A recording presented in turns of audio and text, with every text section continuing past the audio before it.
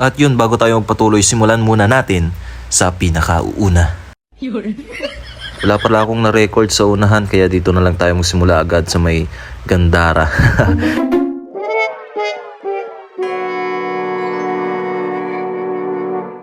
At yan, nandyan na ako sa may Gandara, naglalakbay na ako. Naghahanap ako ng pwedeng masilungan para doon natin mapalipad yung drone at makita yung Gandara. Yan yung lugar ng mga magaganda, Gandara. Kung may nakita man kayo, sabi nila kung may nakita man kayo na hindi gaano, dayo lang daw yun. What?